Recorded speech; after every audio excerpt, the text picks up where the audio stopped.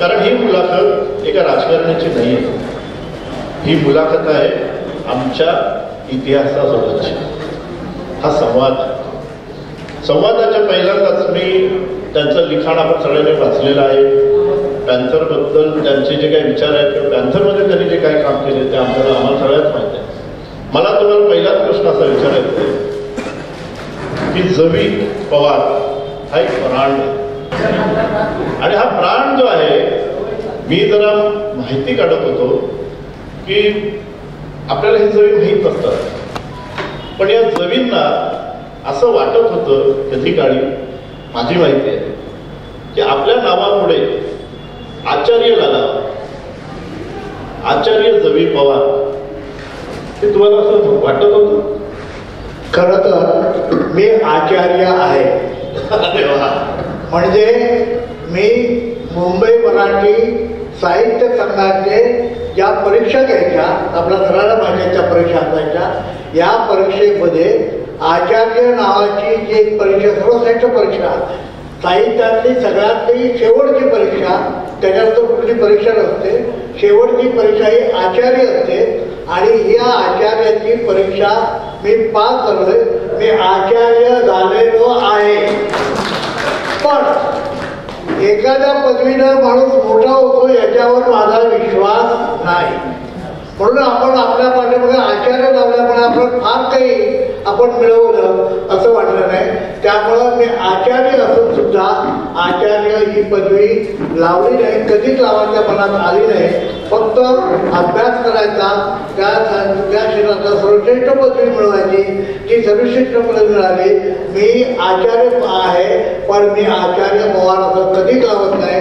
काही लोक प्राचार्य असतात, ते ते रिटायर झाल्यानंतर देखील प्राचार्य लावतात. आपल्याला माहिती आहे अनेक पदवीची लोक असतात, ते रिटायर झाल्यानंतर त्याच्या पदव्या काढून असतात. मी रिटायर तर होण्याचा प्रश्नच येत नाही, कारण मी रिटायर होणारा माणूस नाही.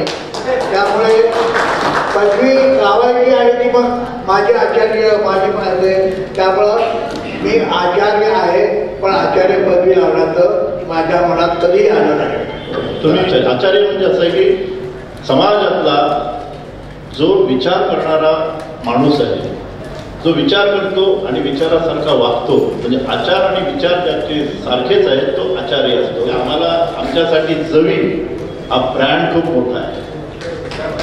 खरंच जवी म्हणजे आम्ही जेव्हा वाचन करतो तेव्हा आम्हाला अनेकदा असं वाटायचं की वि. स. खांडेकर, पु. ल. देशपांडे, आणि एक ब्रँड आम्हाला असा येतो जवी पवार. तुम्हाला हे जवी हे नाव कसं काय तुम्ही घेतलं? पहिली गोष्ट म्हणजे का ते मला माहीत नाही, पण माझ्या घराण्यामध्ये माझे काका हे त्या काळामध्ये व्याख्यानं द्यायचे आणि त्याच्या व्याख्यानाचा विषय हा नेहमी त्यावेळेला आपलं पांडव प्रताप वगैरे ते सगळे ते असायचे. आणि ते त्याच्या वेळेला या व्यवस्थेत त्या ग्रंथाच्या विरुद्ध बोलायचे. आणि त्याने परंतु त्याने एक काम केलं होतं, आम्ही एकत्र 5 भाऊ आहोत, म्हणजे 3 भाग आणि 2, आमच्या मुलं आणि आम्ही असे 5 आहोत. आणि त्यांचं इतकं प्रेम होतं रामावर त्याचं की त्यांनी प्रत्येकाचं नाव त्या नावामध्ये त्यांनी राम ठेवला होता, प्रत्येकाच्या नाव. अगदी नावं जर सांगायची म्हटली तर तुकाराम, सखाराम, शिवराम, जयराम अशी ती सगळे ते. आता जेव्हा मी वाचायला लागलो तेव्हा मला रामाबद्दल इतका तिरस्कार असला की कोण राम? ज्या रामानं आपल्या गर्भवती पत्नीला जंगलामध्ये जंगलातल्या प्राण्यांच्या स्वाधीन केलं आणि तो पळून आला. हा पळकुडा राम, त्या पळकुड्या रामाचं मी नाव माझं आयुष्यभर मी स्वीकारायचं का? मी त्याचं नाव स्वीकारायचं नाही. माझ्या नावात जयराम होता, त्या जयरामाला मी तेव्हाच त्या रामाला कशाने दिली आणि मी त्यावर जय वापरला लागला. दुसरं असं की विठ्ठल हा शब्द जो आहे हा बाबासाहेबांनी म्हटलं होतं की बुद्ध हा बुद्ध नाही, विठ्ठल हा विठ्ठल नाही, तो बुद्ध आहे, हा माझा बुद्ध आहे, हा माझा बुद्ध आहे. आता त्याप्रमाणे माझ्या वडिलांचं नाव विठ्ठल होतं आणि त्या काळामध्ये मी बाबासाहेबांचं हे वाक्य वाचलेलं नव्हतं त्या काळात. त्या काळामध्ये म्हटलं हा विठ्ठल म्हणजे लोक तिकडे फिरण्यासारखी जातात, सगळे जातात, म्हणजे मेंढरासारखी जातात. ज्या मेंढरांना ती राखण हा विचार कमरेवर हात ठेवून करतोय, त्या मेंढरं पाळतोय, त्या मेंढपाळाचं आपल्या नावाशी संबंध असता कामा नये. म्हणून मी विठ्ठली टाकला आणि जग आणि मी ही दोनच नावं घेतली.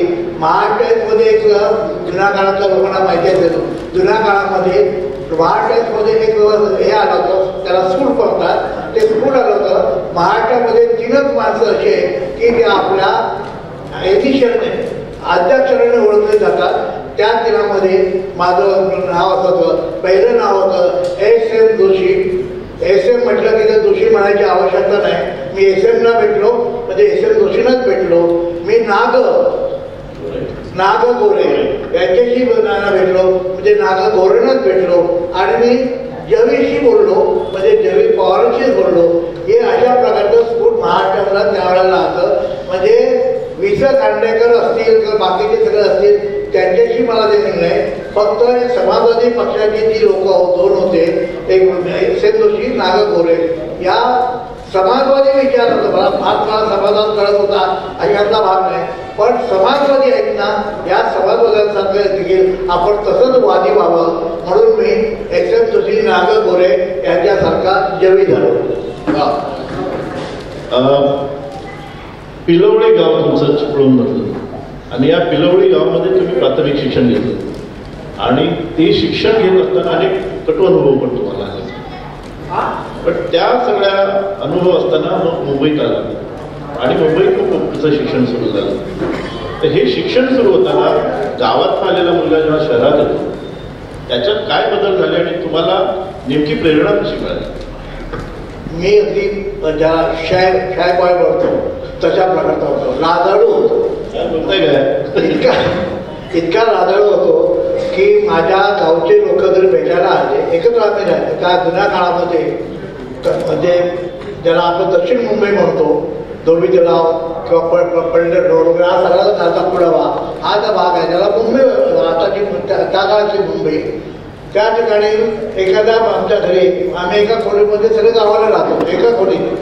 एका खोलीमध्ये सगळे गावामध्ये एकाची पत्नी मुंबईला असायची, ती सगळ्यांचं जेवण करायची आणि बाकी सगळे आपापले बिचारे घेऊन फुटपाथवर झोपायचं. ते फुटपाथवर झोपणाऱ्यापैकी मी त्यावेळेला होतो. आणि त्यावेळेला असं पाहिलं नाही की ही जी सगळी मंडळी आहे ती मंडळी मुंबईमध्ये आपला प्रश्न कसा होता, शिक्षणाबद्दल आले होते. आणि त्या काळामध्ये आमच्या विभागामध्ये एक S.S. गायकवाड नावाचे ग्रंथ होते. धोबी तलाव परिसर ज्याला माहिती असेल त्याला माहिती असेल. सिद्धार्थ कॉलेज होतं, सिद्धार्थ हायस्कूल होतं, बाबासाहेबांचा संबंध होता.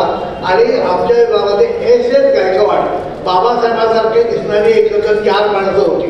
बाबासाहेबांसारखे दिसणारी डिट्टो बाबासाहेब. त्यापैकी एक होत आपला मी नाव आचार्य होते. आचार्य होता मी बोलतो आचार्य, त्याचं नाव इस्टॅब्लिश झालं त्यामुळे आता माझा राहिलाच आहे. आचार्य होते ते बाबासाहेबांसारखे दिसायचे. दुसरे भंडारे ते बाबासाहेबांसारखे दिसायचे. तिसरे S.S. गायकवाड हे झाले. आणि एक नंतर ते मुंबई महानगरपालिकेला डॉक्टर आंबेडकर नाव जे दिलं खरात, आरजी खरात, हे आरजी खरात S.S. गायकवाड हे सगळे आणि हे बाबासाहेब. आणि त्यांचं प्राबल्य एवढं होतं की एक त्याला बालेकिल्ला होता. आमचा विभाग हा बालेकिल्ला होता. चंदनवाडी वगैरे भाग तुम्हाला माहिती असेल, हा बालेकिल्ला होता. आणि त्या बालेकिल्ल्यामध्ये त्या काळामध्ये दर रविवारी समता सैनिक दलाची पलटण जी असायची ती हे करायची, संचलन करायची. आणि मग माझ्या मोठ्या भावाला जो नाटकात काम करायचा, माझा शिवराम पवारचा तो नाटकात काम करायचा, त्या काळातले अत्यंत महत्त्वाचे लेखक यांचा उल्लेख कोण कधी करत नाही. कारंडे गुरुजी, तुमच्यापैकी कित्येक लोकांना माहीत नसेल, पण कारंडे गुरुजीने ज्या काळामध्ये 1957च्या काळामध्ये त्यांनी संगीत जयमोहन नावाचं नाटक केलं होतं, वेशांतर नावाचं नाटक होतं. त्याने मुख्य माझे भाऊ होते. तर त्या माझ्या भावाने काय केलं, मला समता सैनिक दलामध्ये भरती केली. आणि समता सैनिक दलातला अगदी सगळ्यातला छोटा सैनिक हा मी असायचो. आणि मग हळूहळू मला त्या बाबासाहेबांच्या चळवळीच्याबद्दल ते बालपुणे ज्याला म्हणतो ते बालपुणे मिळालं. पहिले अत्यंत महत्त्वाची एक गोष्ट खरं ते सांगतो मी जरी कोकणातल्या रिमोट भागामध्ये असलो तरी मला डॉक्टर बाबासाहेब आंबेडकर हे नाव मला 6 डिसेंबर 1956 पर्यंत माहीत नव्हतं. माझ्या कानावर ते नाव आलं नव्हतं. त्याचं कारण एक तर माझ्या गावामध्ये त्यावेळी एसटीचं चाक सुद्धा एसटीच्या चाकाने ती जमिनीला स्पर्श केला नव्हता. असा तो काळ होता. त्या काळामध्ये जेव्हा मी मुंबईला आलो तो एकदा 5वीसाठी आलो. 5वीला आल्यानंतर माझ्या भावाने जाणीवपूर्वक मला लांबच्या शाळेमध्ये टाकलं. कारण जवळच्या शाळेत टाकलं तर शाळा लवकर सुटली, सकाळची शाळा, पण ते गोट्यापिठे खेळायचा वेळ द्यायचा.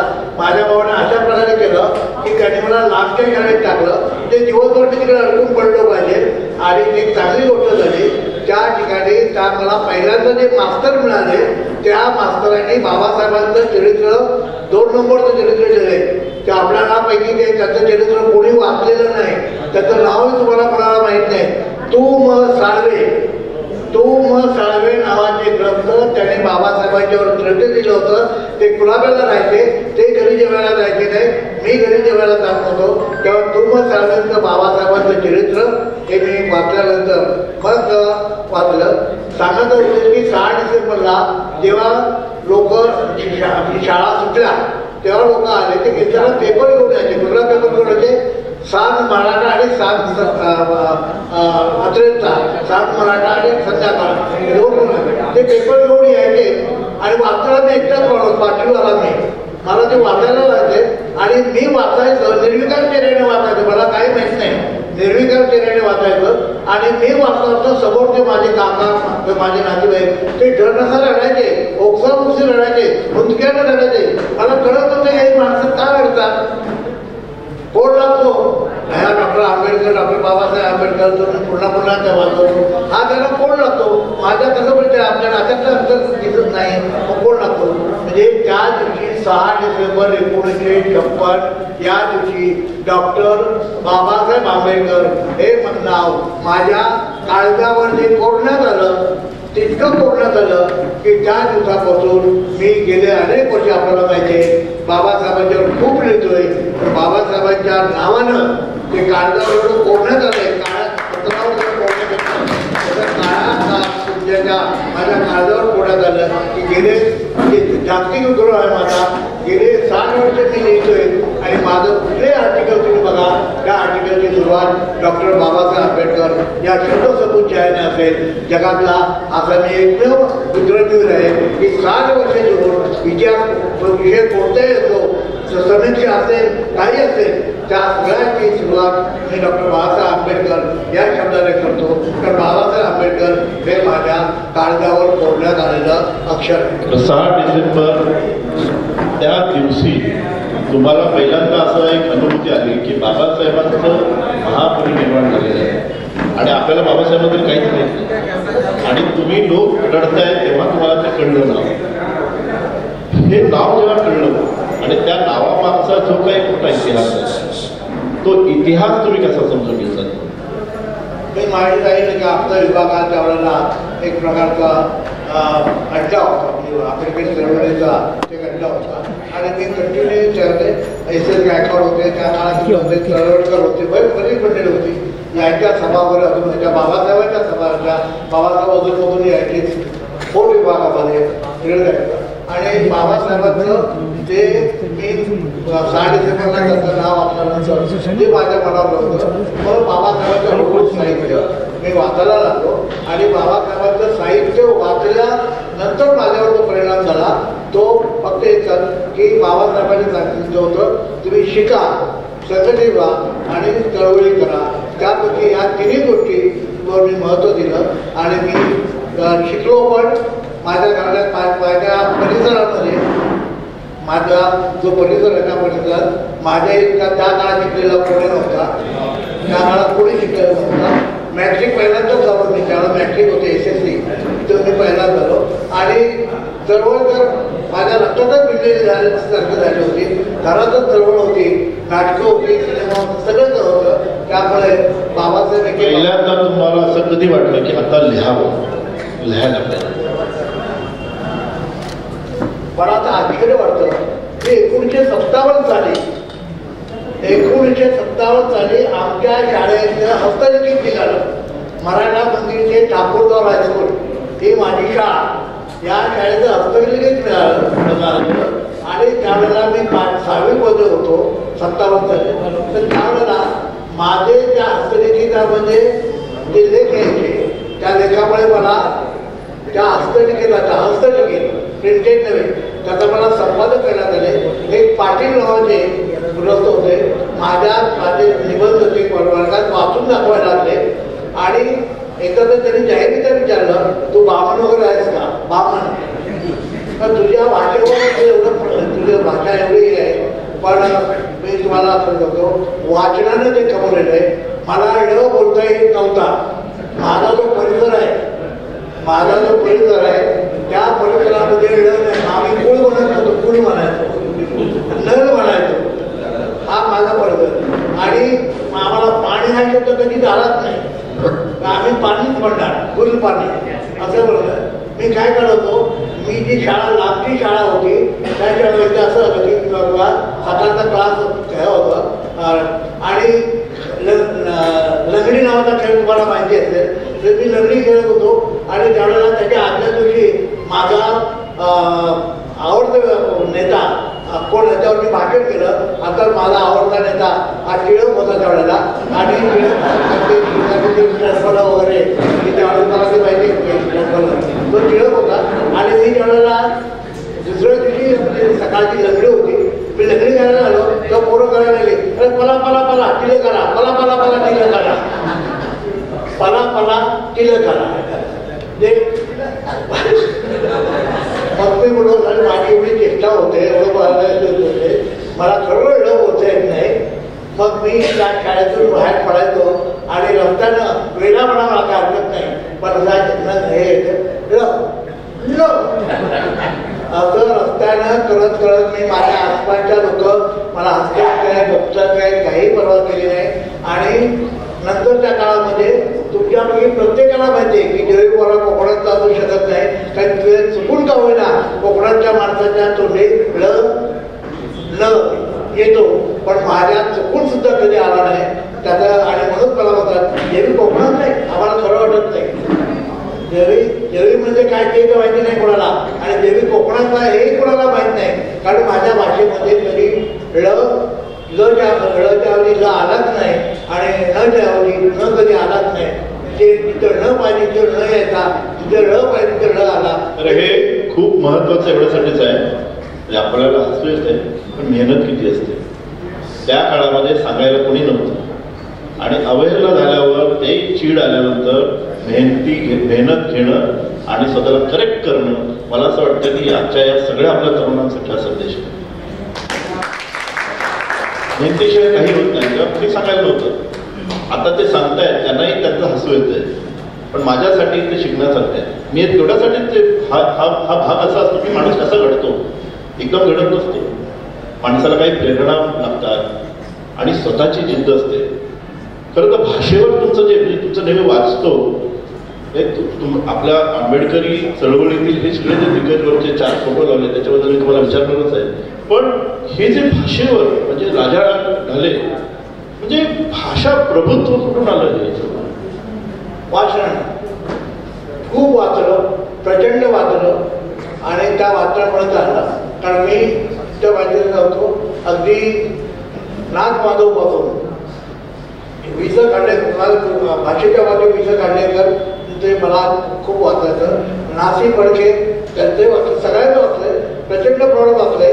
मी नाईट हायस्कूलचा विद्यार्थी आहे, तुम्हाला मुद्दाम सांगतो, मी नाईट हायस्कूलचा विद्यार्थी आहे. मी तुमच्यासारखा SSC मॉर्निंग शाळेतून झालेला नाही.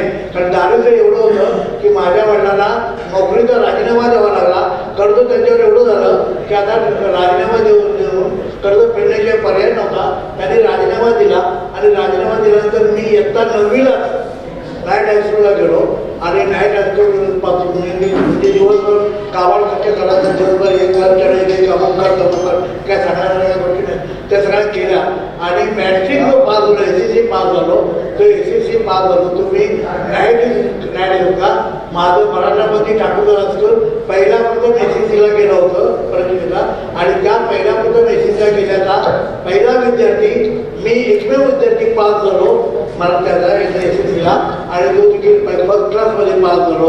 कसा झालो माहिती आहे त्यावेळेला फर्स्ट क्लासमध्ये 60% मार्क्स मिळवणं म्हणजे साधी गोष्ट नव्हती. आता तुम्हाला 100 मार्क मिळतात 100%, पण त्यावेळेला मला 60%पेक्षा जास्त मार्क मिळाला.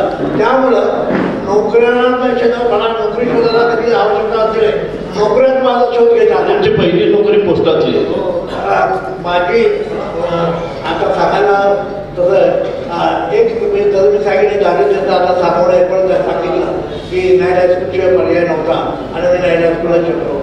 तर त्यावेळेला गव्हर्नमेंट ऑफ इंडियाच्या नोकरी करायची असेल तर आपल्या सगळ्याला माहिती 18 वर्ष पूर्ण झाली पाहिजे.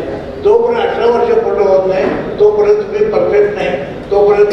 आणि परंतु गव्हर्नमेंटमध्ये अशी एक पोस्ट असायची की जी पोस्ट कुठल्याही पोराने करावी असायची. त्याला बॉयफ्रेंड म्हणायचे. बॉयफ्रेंड म्हणजे 18 वर्षाच्या आत मी बॉयफ्रेंड म्हणून नोकरीला लागलो. बॉयफ्रेंड म्हणून नोकरीला लागलो आणि माझं पहिलं प्रमोशन काय झालं तर मी ऑफिस येऊन झालो. का तर माझी 18 वर्ष पूर्ण झाली. कुठल्या परीक्षेने नव्हे, पहिलं प्रमोशन जे मिळालं ते माझं वय वाढलं म्हणून मला प्रमोशन मिळालं आणि मी OPचा BP झालो. या OPच्या BPच्या वेळेला एक अत्यंत महत्त्वाची जी तुम्हाला मी सांगितलीच पाहिजे. बॉम्बे टेलिफोनमध्ये मी बॉम्बे टेलिफोन देते इंडियन पोस्टल टेलिग्राफ डिपार्टमेंट असं त्या डिपार्टमेंटचं नाव होतं. त्याला 5 तंबाखू डिपार्टमेंट म्हणायचे त्या काळामध्ये. इंडियन पोस्टल टेलिग्राफ डिपार्टमेंट 5 तंबाखू डिपार्टमेंट म्हणायचे. काय ते निग्लेक्टेड होतं, ते डिपार्टमेंट निग्लेक्टेड होतं. तर त्या डिपार्टमेंटमध्ये असताना एक बॉम्बे टेलिफोनमध्ये एक सर्व्हिसेस असतात. त्या सर्व्हिस 174 तुम्ही फिरवलात की तुम्हाला एक्झॅक्ट टाईम मिळतो. 199 केलं की तुम्हाला फोन लावून देतात त्या ऑपरेटर. 198 असेल तुमच्या टेलिफोनचं कंप्लेंट घेतात ते तुमचा परिवार करतात. आणि 176 नावाचा जो बोर्ड होता तो बोर्ड असा होता की तुम्हाला जगाचं कुठलंही नॉलेज पाहिजे असेल तर तुम्ही 176ला जसं आता तुम्ही बाकी तुमचे जे आता आहे ना सगळं तसं 176 वापरला की तुम्हाला रशियाचा पंतप्रधान कोण राजकपूर ह्या सिनेमाचा गाणी कोणी लिहिलेली आहे हे इतकं बारीक सिलेक्ट करत होते त्याच्या. आणि त्यासाठी सगळी वर्तमानपत्र सगळ्या भाषेची वर्तमानपत्र आमच्याकडे यायची. आणि मी तर पिऊन बॉयफ्रेंड पिऊन पण नव्हे बॉयफ्रेंड.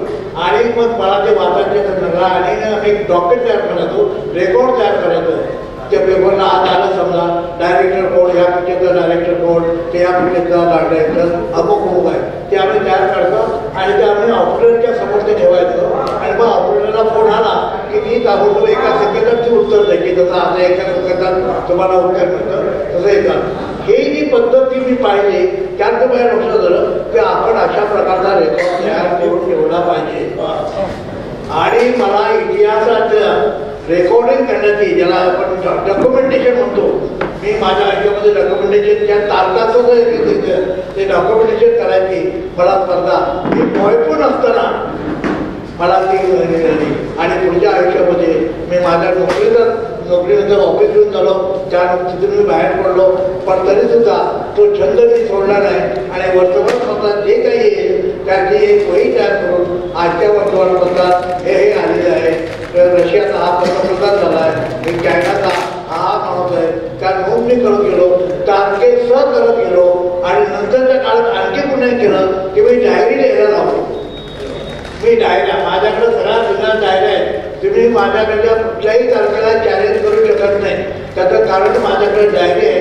रोज संध्याकाळी मी झोपायच्या आधी मी असं करायचो की आज दिवसभर काय झालं, काय वाचलं, कोणाला भेटलो, किती वाजता भेटलो याचे सगळे एक पूर्ण पाठ डायरीमध्ये ते लिहायचं. त्यामुळे माझ्याकडे सगळ्या डायऱ्या आहेत. माझ्या डायऱ्या हा इतिहासाचा एक मोठा खजिना आहे.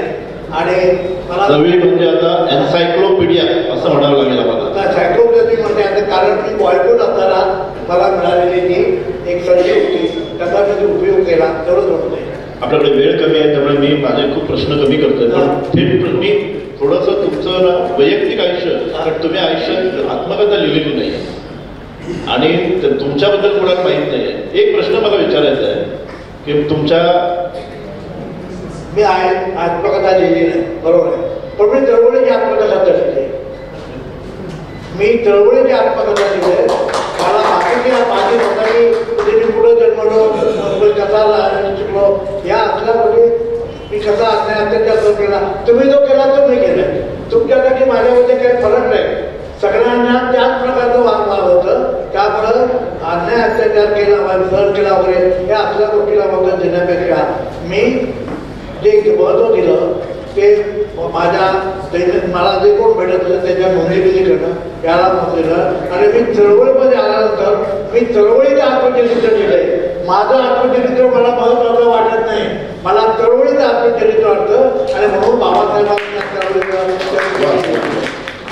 हे इतकं महत्वाचं आहे ना. पण चळवळीचं आत्मचरित्र तुम्ही लिहिताय, चळवळ नव्या पिढीसमोर तुम्ही शब्दबद्ध करताय. पण हे करताना जवी म्हणजे काय नेमकं आहे, हे रसायन काय झालं याची खूप लोकांना उत्सुकता असते. म्हणजे निलेशजी बद्दल आमचं एकमत होतं की जवी अजून त्यांच्या खाजगी आयुष्याबद्दल ती खाजगी नाही पण माणूस कसा घडतो याची उत्कंठ असते. मला एक तुमच्या कुटुंबामध्ये, तुमच्या कुटुंबाला तुम्ही ओळखत असतं, कुटुंबामध्ये एक तुमच्या असं एक साशंकता आहे की तुमचं लग्न हे अरेंज मॅरेज आहे का लव्ह मॅरेज आहे?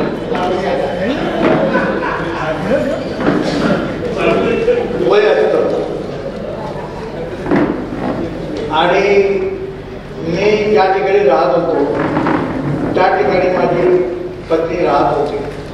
आणि मी त्या काळामध्ये खूप कामं केली. त्यातली एक कामामध्ये मी 9वीत असताना माझ्या विभागामध्ये 4 चाळी होत्या. डॉक्टर नावाचा भाग जर कोणी पाहिला असेल म्हणजे 4 चाळी होत्या. आणि त्या 4 चाळींना वरती गच्ची आहे. गच्ची म्हणजे काय, त्या गच्चीवर आम्ही क्लासेस चालू करतो. आणि त्याचा प्रिन्सिपल मी कितवीमध्ये 9वीत जर असताना तिथं सकाळी 9वीतला धडा आपला शिकवला तो मी संध्याकाळी तिथे शिकवायचा. आणि ते 4थी 5वी ते 10वी 11वी असे जे क्लास होते. मी 11वीपर्यंत गेलो होतो. मी 9वी पण होतो. प्रिन्सिपल मात्र मी होतो. आणि त्यावेळेला त्या शिकायला ज्या मुली यायच्या, मुली असतात, पैसा काय घराचा प्रश्न येत नाही. आयुष्यात कधी काही पैसा कधी मी घेतलाच नाही. त्यामुळे त्या मुली मुली यायच्या. त्यामध्ये माझी वरती आहे जय महाराज. आणि हळूहळू मी जे रात्री कधी रात्रीचं येतो, कधी काय करतो, हा माणूस करतो काय, जातो कधी, येतो कधी, काय कधी कोणाच्या कधी ह्याच्यात भेटत नाही.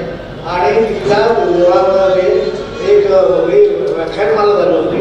त्या व्याख्यानमालेत माझा नंबर 3रा आला. आणि त्यापासून मी त्या विभागातले लोक गावाच्या नावाने ओळखले जातात, गावाच्या नावाने. आणि त्यावेळेला आडनावाने ओळखला जाणारा मी एकटाच होतो. बाकीचे अमुक्कल तमुक्कल कोकणातले लोक आपल्याला माहिती आहे ते जिथे राहतात तिथं एका तालुक्यातल्या असल्यामुळे ती नावं त्याच्या गावाच्या नावाने. मी मात्र आता एकच त्या 4 चाळीमधला असा एकच होतो की जो पवार नावाने होता. त्यामुळे साहजिकच मला प्रसिद्धी मिळाली. कारण तिथे तरी बाकी गावाले होते, या गाव तो गाव. त्यामुळे आणि त्या म्हटलं तर ओळखीनं, म्हटलं तर प्रेम व्हावं अशी ओळख पण होती. आणि आपुलकी प्रेम भावना हे माझा चुलत नवरा या ठिकाणी समोर दिसतोय. त्याच्या संस्कारात त्यांच्या ज्ञानात भर पडली तरी स्वतःला हे म्हणतात मी शाय होतो. एक शाय मुलगा. एक राम जाधव नावाच्या माणसाला असा वाढलाय. राम जाधव नावाचा चकोना समाजाचा पण एक नेता होतो गेला. त्याने आपलं आत्मचरित्र दिले की आम्हाला 5वी ते 10वीपर्यंत आमचा मास्तर हा अधिकृत मास्तर नव्हता. तो जे अधिकृत नसलेला मास्तर होता त्याचं नाव जवी पवार. अधिकृत नाही, मला मास्तर किती सर्टिफिकेट. त्यावेळेला 7वी पास झाली की मॅट्रिक नोकरी मिळायची, ओवाफा म्हणायची. तुम्हाला सांगतो वर्षापर्यंत फायनल म्हणजे 7वी झाला माणूस की त्याला शाळेची नोकरी मिळाली. त्याला पाहिजे नोकरी करा. पण माझ्या आईनं तिला काय वाटलं माहिती नाही. ती बोलली नाही वफापर्यंत थांबायचं नाही, आणखी पुढं गेलं पाहिजे. म्हणून तिने आपल्या हृदयावर दगड ठेवून मला तिने मुंबईला पाठवलं. तुम्ही काय म्हणतात जन्मताच प्रिन्सिपल आहात, त्यात काय तुम्हाला डिग्रीची गरजच नाही. प्रश्न एवढाच मी विचारला की तुमच्या पत्नी त्यांचं आणि तुमचं जे काम आहे, म्हणजे मला असं वाटतं की तुम्ही 70ला बँकेत आला, बँक ऑफ इंडियामध्ये. आणि माझ्या पत्नीची असं आहे की पहिल्यांदा मी लिहित बसायचो आणि इतकं राहायचं की माझं बॉल पॉईंट पेन, आता याला पोलीस पेन होता, त्याचं नाव आहे बॉल पॉईंट पेन, त्याला आपण बॉल पेन म्हणूया, बॉल पॉईंट पेन.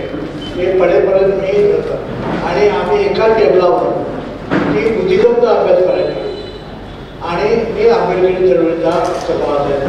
ती बुद्धिजम होता, ती काही लोकांना ओळखीची आहे. ती बुद्धिजमचा एवढा अभ्यास केला होता, बुद्धिजमची ती क्लास घ्यायची आणि ती उत्तर प्रदेशच्या अलाहाबादपासून सगळीकडे ती व्हिजिटिंग प्रोफेसर म्हणून जायची, व्हिजिटिंग लेक्चरर म्हणून जायची आणि काय शिकवायची तर बुद्धिजम शिकवायची. म्हणजे आमच्या घरामध्ये एका टेबलावर आंबेडकर, दुसऱ्या टेबलावर बुद्ध. तेव्हाही तसे दोन प्रवाह होते. एक होता की दलित साहित्य आणि दुसऱ्या बाजूला होतं की बौद्ध धर्माचा प्रचार आणि त्याचं साहित्य. तुमच्या घरामध्ये त्या दोघांनाही संगम होता. तेव्हा असं म्हणायचे की बौद्ध धर्माचा जो काम करतायत, जे प्रचार करतायत ते वेगळे.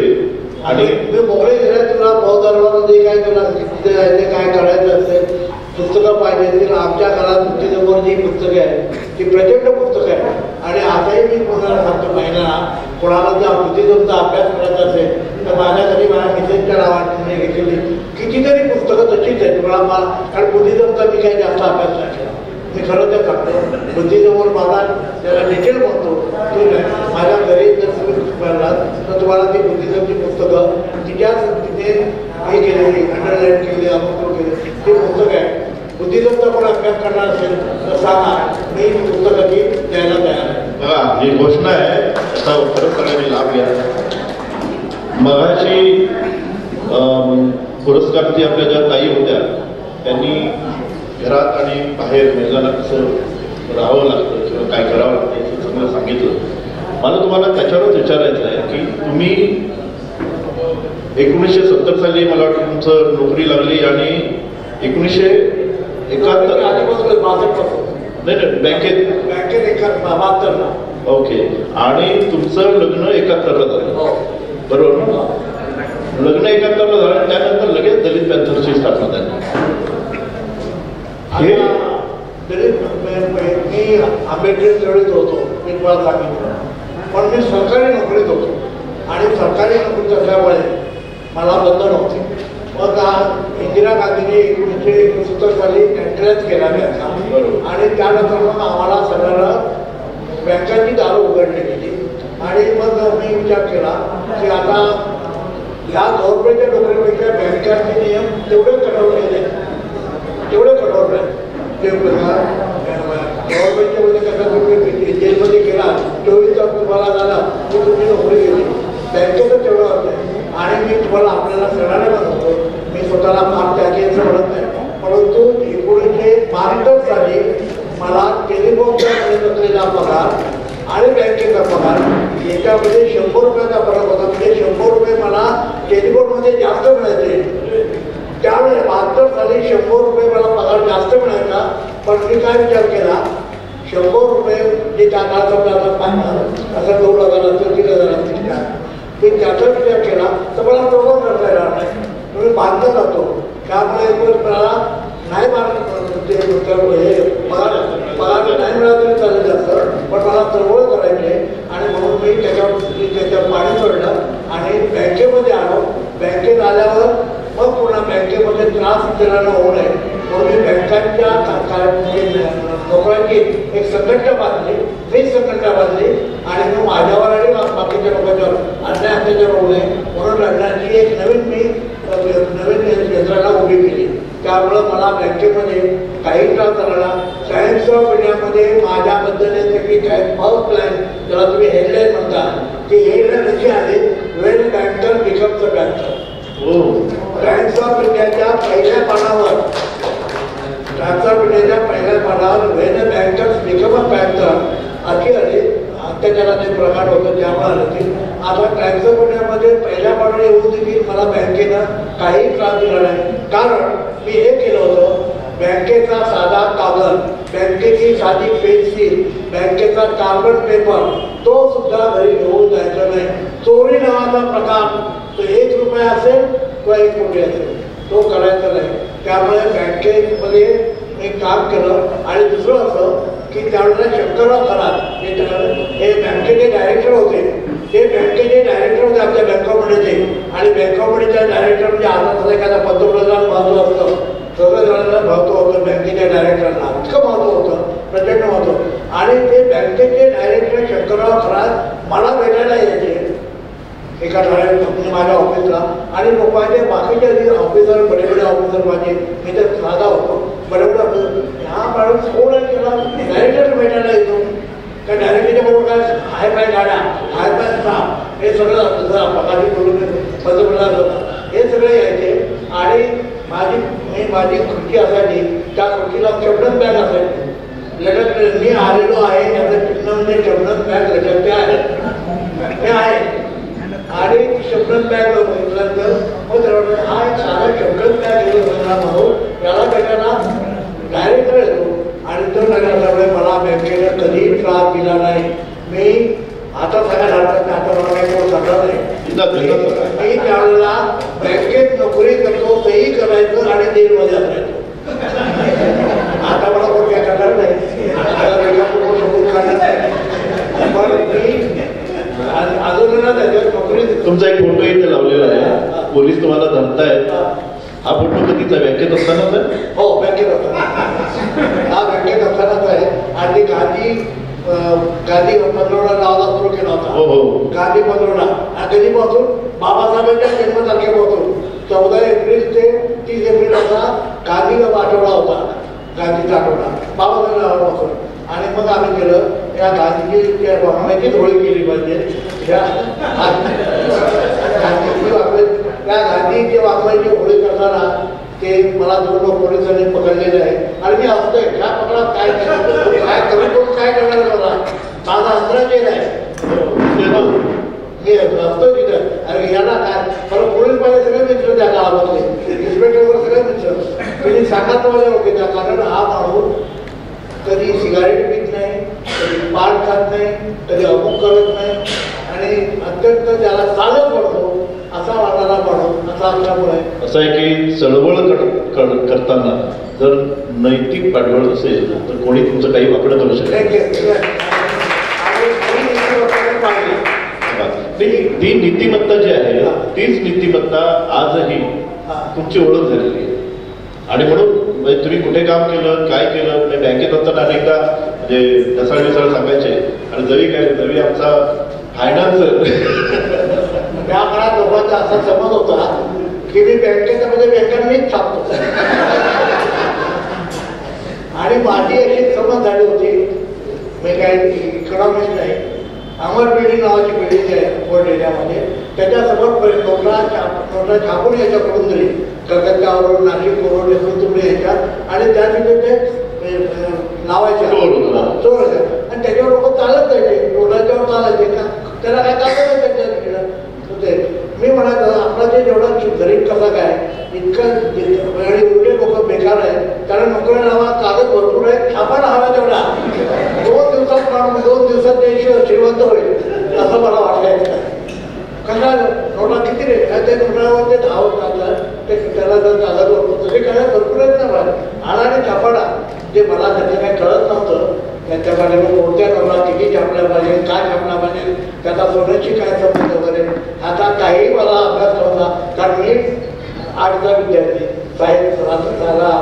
साहित्याचा विद्यार्थी. पण मला वाटायचं 2 दिवसात देश श्रीमंत होऊ शकतो, कागद भरपूर आहे आपल्याला, कागद छापा.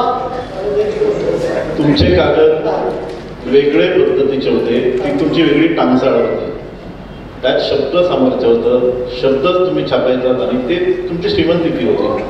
खरं तर जेव्हा चळवळ आणि याचा इतिहास तुम्ही म्हणता आपण लिहितो, पण चळवळ करणाऱ्या माणसाचं घर हे नेहमी बाधित होतं.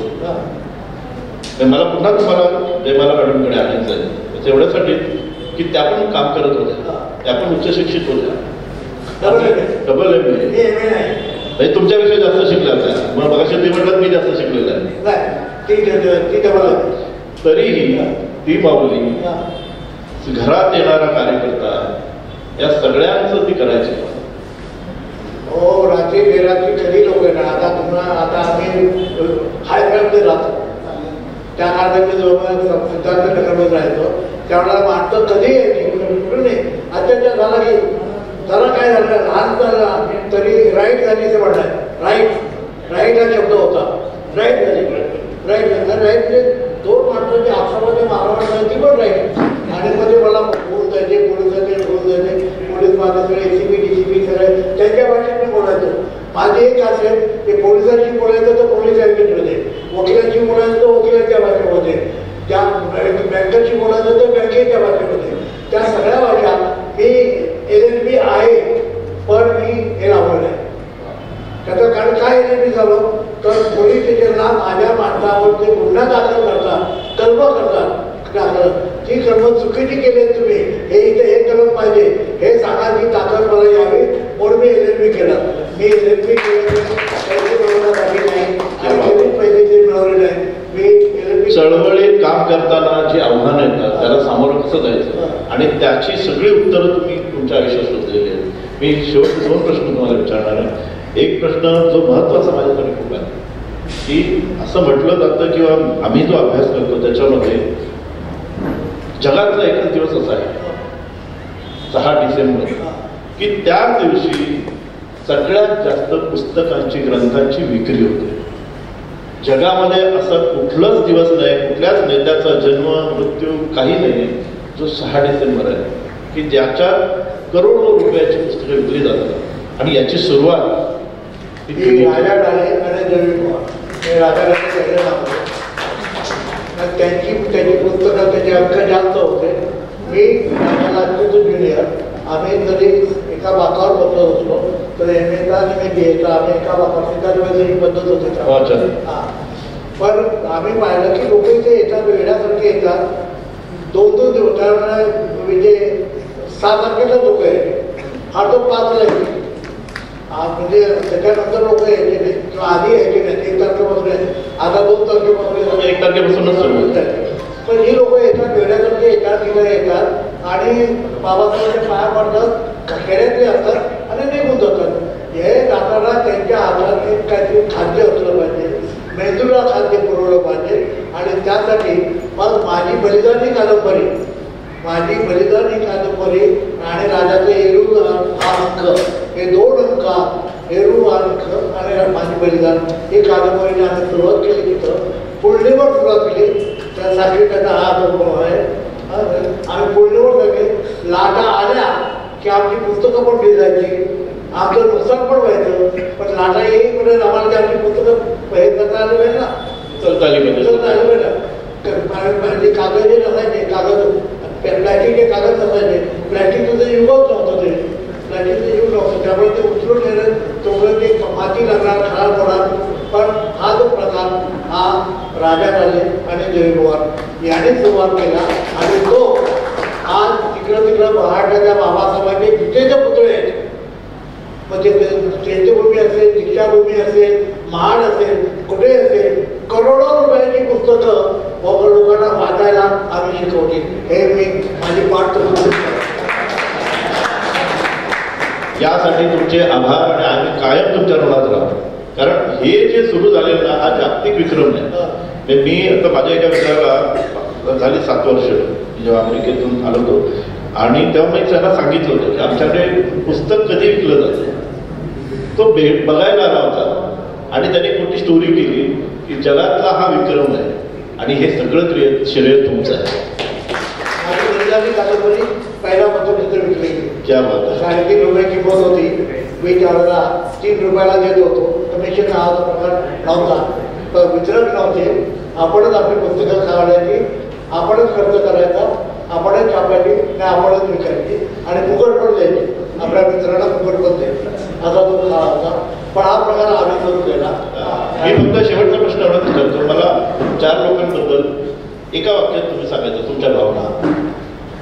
वेळेला झाले.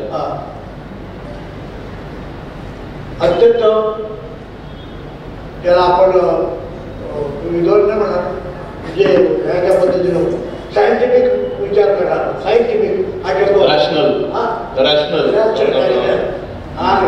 विचार करणारा माणूस, त्याच्यासारखा रॅशनल विचार करणारा माणूस काळ झाला नाही, आजही झाला नाही.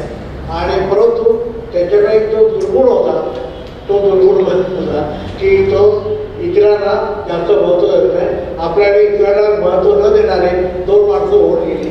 इतरांना महत्त्व न देणारे एक बी.सी. कांबळे आणि दुसरा राजा दोन माणसं अशी गेली की पण त्याचा मोठेपणा एवढा होता की आपण त्याच्याकडे दुर्लक्ष करायचं. दुर्लक्ष अरुण कांबळे त्याच्या वैयक्तिक जीवनामध्ये तो फ्रस्ट्रेट होता आणि फ्रस्ट्रेशनमुळे त्याला अनेक प्रश्नांना सामोरं जावं लागले. इतके सामोरं जावं लागलं की त्याचं लिखाणामध्ये तो खूप जे फ्रस्ट्रेशन जर नसतं वैयक्तिक जीवनात, एक तर त्याच्या वडिलांच्या दोन बायका वगैरे असतं नंतर घरगुती सगळं फ्रस्ट्रेशन मला येते, ते फ्रस्ट्रेशन होतं. नंतर त्याने त्या काळामध्ये तो नेता होता, पण ते नेतेगिरी त्याची हिसकावून घेतली रामदास आठवलेने आणि आणखी फ्रस्ट्रेशन हिसकावून घेतली आणि हिसकावून घेतली. तो एक चांगला कवी, चांगला लेखक होऊ शकला असता, मराठीतला चांगला प्राध्यापक होऊ शकला असता. केशव मेश्रामच्या नंतर मराठी शिकवणारा तो एकमेव माणूस होता, केशव मेश्राम नंतर. बरोबर. हा, केशव मेश्रामच्या सारखा तो मराठी शिकवू शकणारा आणि त्याचं सगळं तुकाराम पाठ, ज्ञानेश्वर पाठ, सगळं पाठ सगळेमध्ये असा उंच उडी मारून सत्य तुकाराम काय म्हणत होते ते कोटेशन देणारा आमच्या जवळ आम्ही पण नव्हतो, तो कोटेशन देणारा सगळं सगळं. आणि ट्रॅजेडीमुळे त्याच्या सगळ्या ट्रॅजेडी घरगुती ट्रॅजेडी झाला आणि त्याच्यामुळे त्याला आत्महत्या करावी लागली. कधी तो सगळा इतिहास मला पुढचा माहिती आहे. पण एक उघड गेला असं मला आपल्या चळवळीतला मोठा लेखक झाला असता. तळवडकर मोठे लेखक झाले असते, ते फुकट गेले. बी.सी. कांबळे मोठे लेखक झाले असते, ते फुकट गेले. आपल्या राजकीय मुलाने आपल्याला अनेक पत्रकार आपल्याकडे मधू तामाणेकर नावाची पद्धती, मधू तामाणेकर, तुम्हाला तुमच्या कोणाला नाव माहिती नसेल, ते मधू पवार होते, M.D. पवार होते ते मधू तामाणेकर. इतके अनेक लेखक झाले असते आणि काही त्यांचे दुर्गुण पण होते, काही परिस्थितीने पण झाले. एक पद्धत म्हणजे दारू हा दुर्गुण होता आणि त्याच्यापासून दूर राहणारा मी एकटा आहे. म्हणून तुम्ही जवी पवार इथे आहात. तिसरं नाव जे आहे भाई संघारे. भाई संघारे हा जर तो शिकलेला जर असता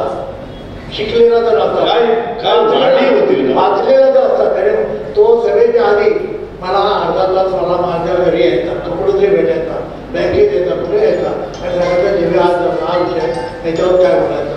आणि मग त्याला मी त्याला एक प्रकारचं धडे द्यायचो, असं असं बोललं पाहिजे. आणि त्याच्या भाषणावर त्याचे भाषण करण्याची जी रक्कम होती ती म्हणजे सहस्रामध्ये एखादा वक्ता असावा तसा तो होता.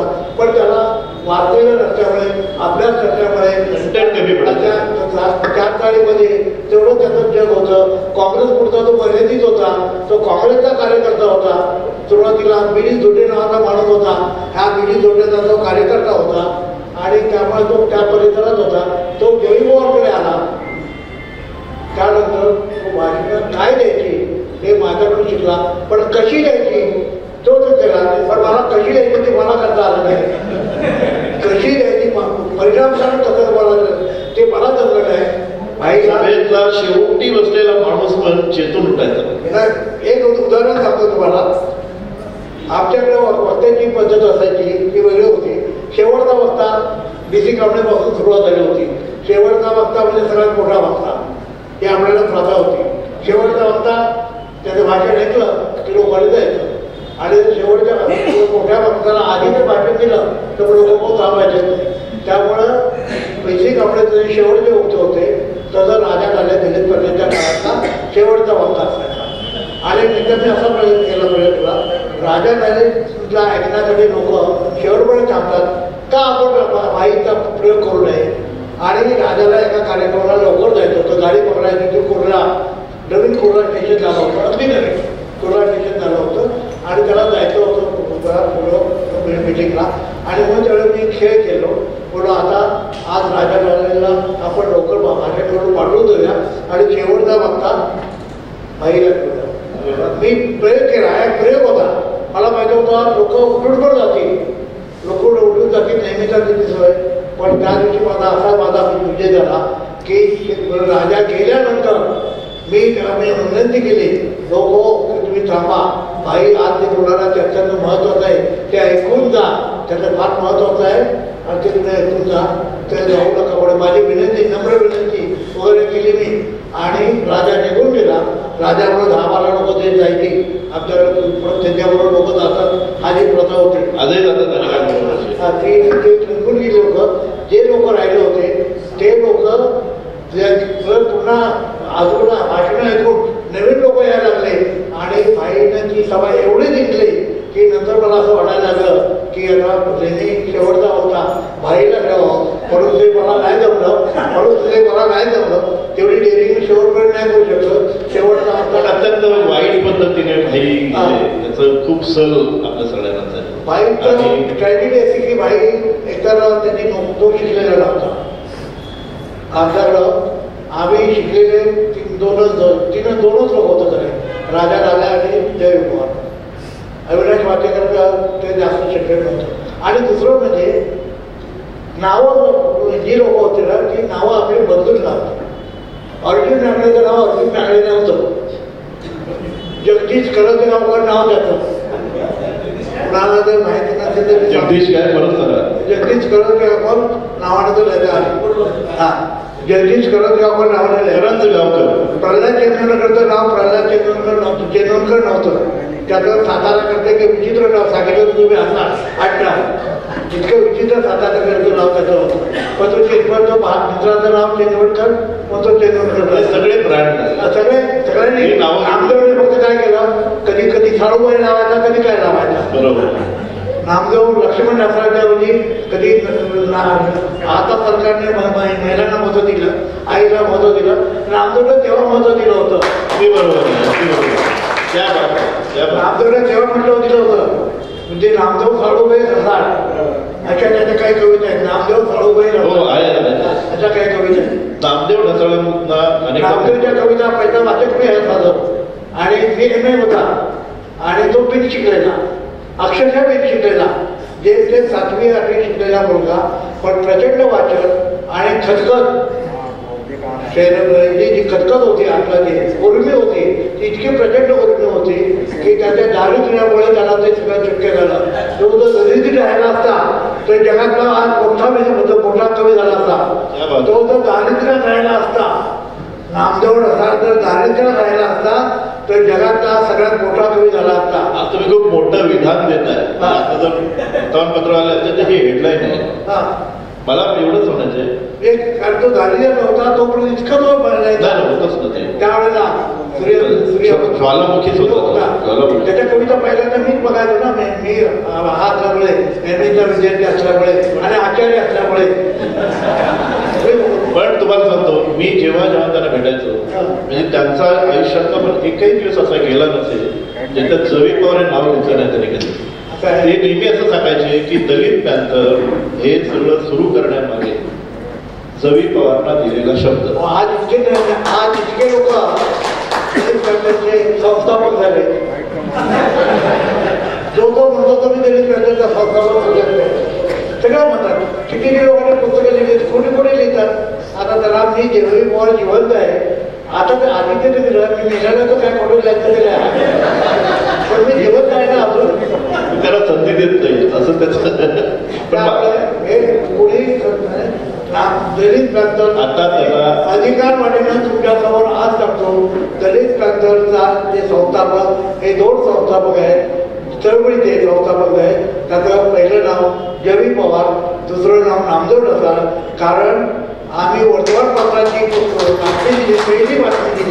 पहिली बातमी दिली जी सरकार जी त्या काळातल्या नवाकाळमध्ये नवशक्तीमध्ये आणि मराठा आमची बाकीची पेपर ते दखल घेत नव्हते. तुमचा वाट आहे लोकसत्ता हे काय पेपरची दखल घेत नव्हते, कोणच दखल घेत नव्हते.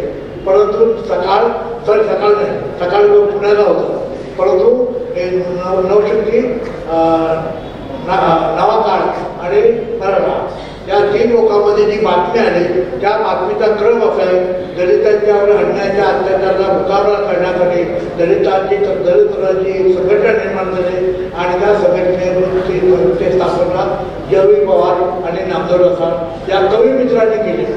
शब्द आहे कवी मित्रांनी. प्रश्न असा आहे की तुमचं काम इतकं मोठं आहे की या पुढच्या काळामध्ये आता कोणालाही खोटं लिहिलं ना तरी सगळे लोक जाणकार आहेत.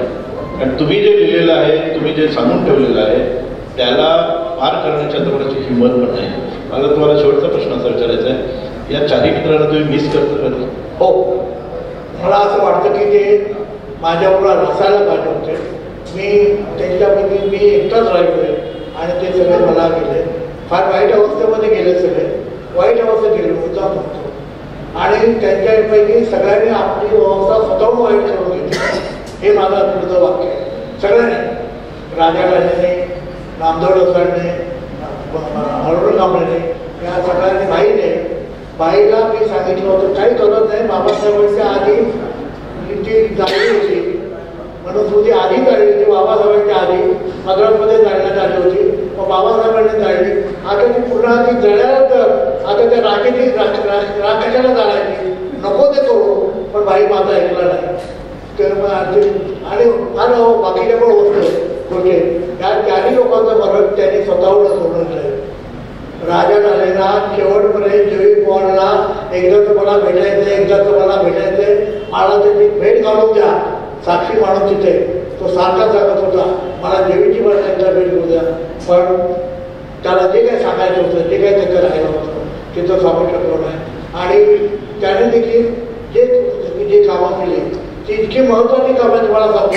मी एवढ्या लोकांसमोर सांगतो, कोणीतरी पण विनंती करा राजाच्या पत्नीला, राजाच्या मुलीला, की त्यांचं जे साहित्य आहे ते साहित्य मी आणि राजाला दर शनिवार आणि रविवारी, मी रविवारी घरी जेवत नव्हतो, तुम्हाला सांगतो मी शनिवारी घरी जेवत नव्हतो, राजा आणि मी दोघेजण आम्ही जेवायला बाहेर बॅग सुटली, आम्ही बाहेर जायचो आणि आम्ही जे काय लिहिले त्यावेळेला कबीरावर लिहिले, बुद्धावर लिहिले, अनेकावर लिहिले, जे साहित्य लिहिले आहे ते आम्ही कीच करून ह्या बाजूने कसं दिसेल, त्या बाजूने कसं दिसेल असा सगळ्या दृष्टिकोनाने विचार करून तो लिहायचा आणि त्याचा तुम्ही करण्याचा प्रयत्न केला. हो, मी तो वाचून दाखवायचा. ते जे साहित्य ते माझ्याकडे नाही आहे, ते राजाचे चूक होती, राजाचं चूक होती. मी बोललो आपण छापूया ना, मला माझं साहित्य छापणार लोक कोट्यावधी होती. अरे बोललो होते ना कोट्यावधी, मला जर दिलं आणि मी जर कोट्यावधी झालो तर लाखो रुपये देईन ना तुला मी लाखो देईन, मला कोट्यावधी केलं असतं. पण तो कोणाला साहित्य देत नव्हता. मुंबईतले सगळे पत्रकार म्हणजे प्रकाशक कोटावळे तर मला इतके मला त्रास द्यायचे. कोटावळे आणि मी गिरगावात होतो आणि गिरगावात माझी एक शाखा होती आणि कोटावळे गिरगावातच राहायचे. दर वेळेला मला कधी कधी हॉटेलमध्ये भेटले तरी, रस्त्यात भेटले तरी, केशवराव ते मला म्हणायचे ते मी सांगणार त्याची बालगीतं एवढी आली आहे, बालगीतं, ती बालगीतं त्यांच्यासमोर ते तुमचे साहित्य सहवासवाले बालगीतकार ते इतकी जायची पत्ते, इतकी बालगीत आहे त्याच्यावर. काय करता आता सगळं तुम्ही असं म्हणलं की तुम्ही कोणतरी विनंती करा, राजाकडे माझं शेवटचं लहानच्या गोष्टीवर सटायचं कारणही सांगितलं पाहिजे. त्याचं कारण असं की आम्ही खूप संघटना काढल्या, नवीन संघटना काढल्या, आणखी एक संघटना त्याला काढायची होती. मी बोललो आता मी जमलोय, पण तू राजा आहे, काम करावं लागतं, तू राजासारखा जातो, काम मला करावं लागतंय. आता मला नवीन संघटना काढली आहे. मी आता आंबेडकर फॅमिलीकडे आलोय ना, आता आंबेडकर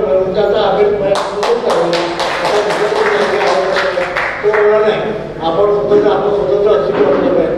आणि म्हणून राजाकडे माझं हिसकाटलं. मग राजानं ज्या रामदासला शेवड्या काय बेवड्या काय म्हटलं त्याच्याबरोबर शेवटी गेला. आणि शेवटच्या काळामध्ये त्याला खूप वाटत होतं की इस्टॅब्लिशमधून सरकारकडून काही न घ्यायचं ठरवलेले आम्ही सगळ्यांनी इस्टॅब्लिशमेंटकडून घेतलं, मी पण घेतलं. घेतलं नाही फक्त जयवीर पवार, काही घेतलं नाही. मी मला स्वतःचं घर घेतलं, मला बँकेने घर दिलं होतं 3% पण एका माणसाने 3 घरं घेतलेली. तुम्हाला राजकारण म्हणजे हे महत्वाचं होतं मला. राजकारणावर मी राजकारणाला तुम्हाला खोटं वाटेल, रमेश पाण्या गवळी नावाचा एक आमदार गृहमंत्री झाला होता तो, आणि मी रस्त्याने शेंगा खात होतो, शेंगादाणे खात होतो. इतका माणूस आहे, सत्तेवर जोपर्यंत आहे तोपर्यंत त्याची किंमत, त्या सत्तेवर उतरला की त्याची किंमतच नाही. मी म्हटलं हळूहळूचं पाणी कशाला पाहिजे. आमच्याकडे अळू नावाचा एक प्रकार आहे कोकणामध्ये, अळू नावाचं पाण्याचं, त्याच्यावर तुम्ही पाणी टाकलं की ते पडतं. ते त्या पाण्याचा स्पर्श पण लागत नाही त्या पाण्याला. म्हणजे पुढे असं हळूहळू पाणी नको. राजा सुद्धा राजकारणाच्या विरुद्ध होता, पण राजाला बोलवली, आपली नावं आहे पहिले त्या लोक ओळखतात, कार्यकर्त्यांना ओळखत नाही, त्यांना ओळखण्यासाठी महानगरपालिकेच्या लोकांनी ओळखलं पाहिजे, पोलीस स्टेशनच्या लोकांनी ओळखलं पाहिजे, पण आपण थोडंसं राजकारण केलं पाहिजे. तो राजकारणाच्या त्या भानगडीत तो पडत नव्हता, आणि त्यामुळं तो देखील लक्षात पुढे त्याच्या हा प्रवृत्तीमुळे. आणि मी पुन्हा राजा झाले करत राहिले. माझं असं म्हणणं की तुमच्यापैकी कोणीतरी कुठल्या तरी माणसाला कुठल्या तरी बाईनं तिला विनंती करावी की ते साहित्य, तसं बाबासाहेबांचं साहित्य किड्यामुंग्या खात होत्या ते मी वाचवलं. बाबासाहेबांचं साहित्य किड्यामुंग्या खात होतं, तुम्हाला कोणाला माहीत नसेल.